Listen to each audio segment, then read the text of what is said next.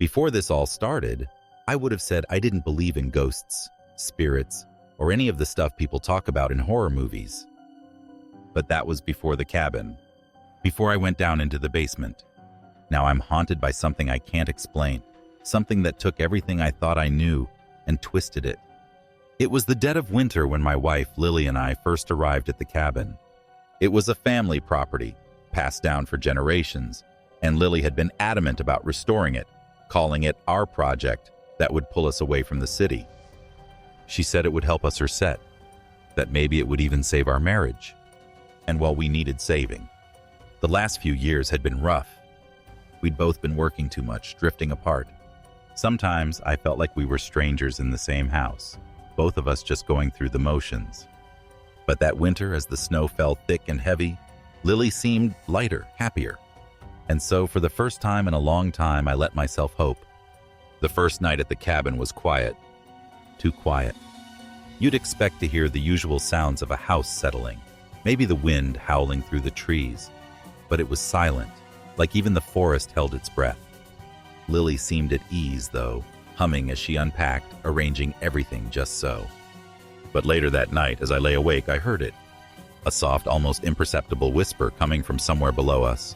I brushed it off, figuring it was just the wind. But in the morning, when I mentioned it to Lily, her face went pale. Ethan, I didn't want to say anything, but I heard it too. It sounded like someone calling my name.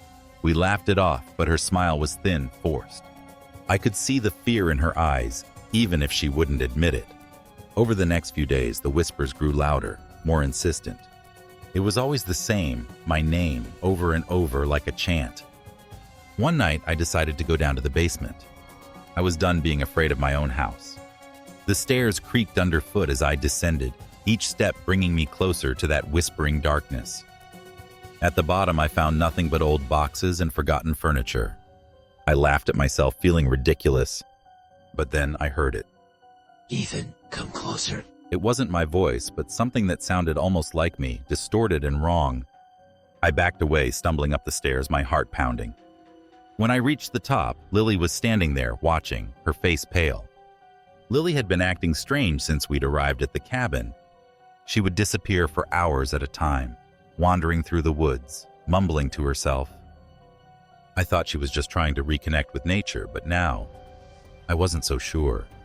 It was like she was under some kind of spell, her mind somewhere far away.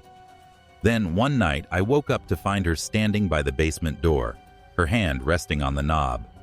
I called her name, but she didn't respond. She just stood there, whispering as if she were speaking to someone, or something. It's waiting for you, Ethan. It's been waiting for a long, long time. I grabbed her shoulders, shaking her out of her trance. She blinked, confused, like she didn't know how she'd gotten there. But her eyes, they were different. Darker, as if some shadow lingered behind them. The next night, I couldn't take it anymore. I had to know what was down there. I grabbed a flashlight and went down into the basement, ignoring the pounding in my chest, the whispers echoing louder with each step. The air was thick, heavy, filled with a rotting smell that made my skin crawl. In the far corner, where shadows seemed to twist and writhe, I saw something. It was a figure, or maybe just a mass of darkness, hunched and waiting. My flashlight flickered, and in that brief flash, I saw its face, twisted and hollow, staring back at me with eyes that looked like my own. You are home, Ethan. Join us. The darkness wrapped around me, cold and suffocating. I felt myself slipping, my thoughts unraveling as it pulled me deeper into the shadows. I could hear Lily's voice, faint and distant, like she was calling to me from the other side. Then everything went black. I woke up in our bed, but something was wrong. The room felt smaller, darker, like the walls were closing in. I looked over at Lily, but her face was blank, her eyes hollow as if she were empty. I tried to leave, but every door led back to the same room, the same bed, the same hollow-eyed version of my wife.